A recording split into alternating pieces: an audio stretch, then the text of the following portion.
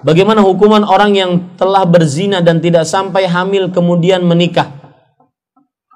Dan bagaimana kalau sudah bertobat? Dan apakah mendapatkan azab dunia padahal sudah bertobat? Dan apa saja yang harus dilakukan untuk bertobat? Maka jawabannya, kalau orang ini berzina, maka dia harus bertobat kepada Allah. Dan apabila tobatnya benar, yang pertama ikhlas, yang kedua menyesal, beristighfar atas perbuatannya, yang ketiga meninggalkan perbuatan tersebut, tidak mengulangi sama sekali, yang keempat bertekad untuk tidak mengulangi sama sekali perbuatan tersebut, maka itu taubatan nasuha. Jadi orang yang telah berzina, maka dia bertobat kepada Allah Subhanahu wa taala. Adapun permasalahan dia sudah menikah, maka kalau seandainya belum hamil dia sudah menikah, ini masih selamat. Tapi kalau seandainya tatkala dia berzina, laki-laki perempuan berzina, kemudian sang perempuan hamil, maka sebenarnya sang perempuan tersebut harus melahirkan, baru bisa dinikahi. Itu hukumnya. Karena dalam hadis riwayat Tirmidzi, Rasulullah sallallahu alaihi wasallam bersabda, "La tuta' hamil." Seorang wanita hamil tidak boleh dinikahi. Ya, maka harus dipisah. Nah, apabila belum terjadi, itu solusinya. Apabila terjadi accident before married, hamil duluan sebelum menikah, maka lahirkan dulu, baru nanti menikah. Ya, itu satu.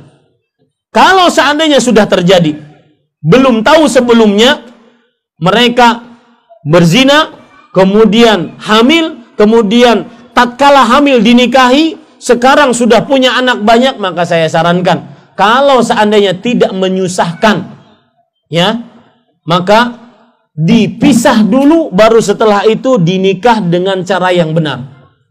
Dengan cara ada dua mempelai, ada wali perempuan, ada dua saksi. Meskipun tidak harus ke KUA, tidak perlu. Yang penting dinikahkan secara resmi dulu.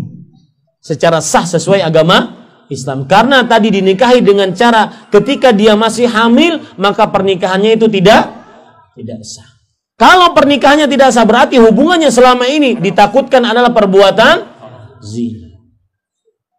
Ini wallahu alam. Dan tidak perlu dengan dengan acara-acara walimah yang begitu besar, tidak perlu. Cukup di rumah ada mempelai, ada wali, ada saksi, selesai. Insyaallah taala. Lalu status anaknya bagaimana? Ini status anaknya. Dan ini buruknya zina, Pak. Yang saya katakan tadi di awal.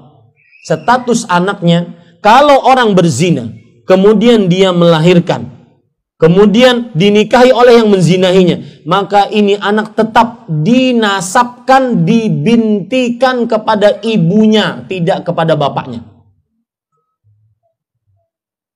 Ya. Jadi nanti yang menjadi walinya, kalau anaknya perempuan, yang menjadi walinya siapa? Wali hakim.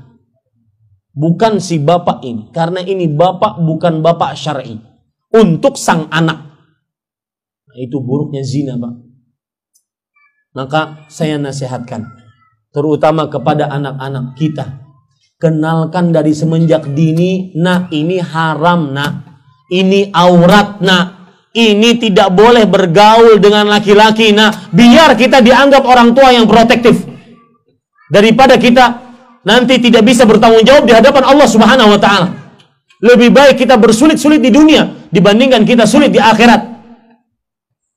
Biar anak kita memarahi kita, itu untuk kebaikan dia.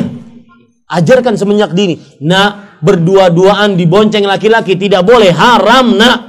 Aurat, nak. Tidak ada sesuatu yang paling berharga bagi seorang muslimah setelah agamanya dibandingkan kesuciannya. Garis bawah itu baik-baik. Tidak ada sesuatu yang paling berharga bagi seorang muslimah setelah agamanya dibandingkan kesuciannya. Kalau sudah kesuciannya terenggut, selesai perempuan tersebut. Tidak ada harganya lagi, kecuali kalau dia bertobat kepada Allah Subhanahu wa taala. Maka orang tua dorong anak-anaknya.